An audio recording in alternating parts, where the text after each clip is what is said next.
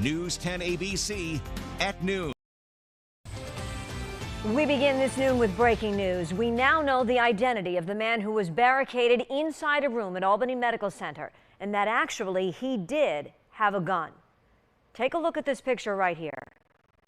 Police say the suspect was armed with this shotgun when he went inside his mother's room at the hospital. They say he also had a BB gun, which looked like a handgun. Now, police arrested 61-year-old Dino Savoca after an hours-long standoff at Albany Med. Police surrounded the building after the call came in around 2:30 yesterday afternoon.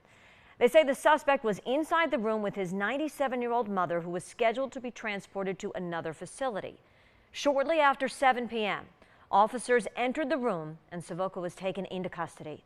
He has been charged with criminal possession of a weapon, menacing, and kidnapping.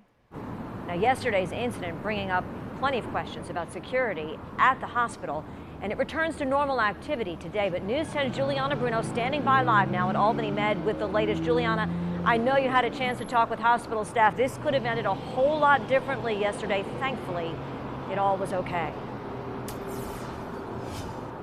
Absolutely, Christina, and it was very nerve-wracking, I'm sure, for the families who have some of 700 patients here being cared for at the hospital, and even the hospital workers who were on lockdown were probably nervous about what was going on. Despite all of this, administration feels that the response to yesterday's incident and the execution of their emergency protocols went exceptionally well. I sat down with Dr. Peter Page, the hospital's general director, and he feels that there is still room to do things better.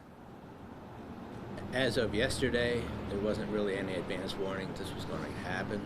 You know, I think that retrospectively we'll all look back and try to figure out whether or not there was any subtle sign.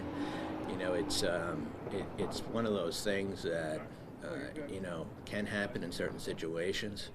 I think that probably one of the biggest keys to success in how this event was handled yesterday was the prompt activation of the Code Silver. Code Silver is used when there is a potentially armed assailant in the hospital, prompting a lockdown. We now know with that recent charge coming from the Albany police that that seems to have been the case. And the nurses union is now chiming in on this as well. They have some concerns about yesterday's incident and how the hospital handles these things in general. They put out a statement that reads in part, quote, "Unfortunately, management has failed to seriously consider our proposals for active shooter drills, metal detectors, additional security in the emergency department, and more." And when I asked Dr. Page specifically about whether they are considering adding metal detectors to the entrance points at the security desks throughout the hospital, he said that there are a lot of things they are considering, and hospital administration is going to be meeting in the afternoon for a debriefing with lots of parties who were involved in the response. They're going to be discussing how it went, what they can do in the future. Again, that's happening this afternoon. I'm going to be staying on this story throughout the day,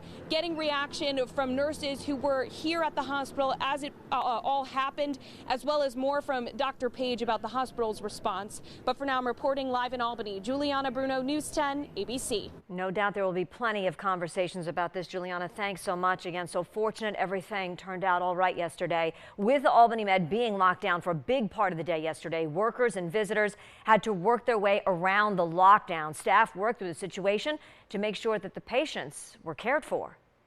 One of the things that we're really grateful for, in addition to the support we've received from the Albany Police Department, is that we've been able to continue care for all the other patients we have in the hospital tonight.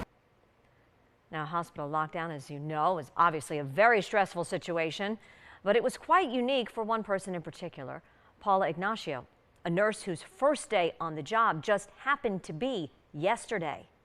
It's kind of scary because I haven't heard of Gold Silver here before. This is my first day, so it's really scary, but otherwise, we didn't hear about anyone being harmed or anything. The lockdown required visitors to stay home, of course, until the situation was resolved. And as you've been hearing and Juliana's been telling us, hospital officials are saying the hospital is all clear. Outpatient care has resumed. All is back to normal at Albany Med.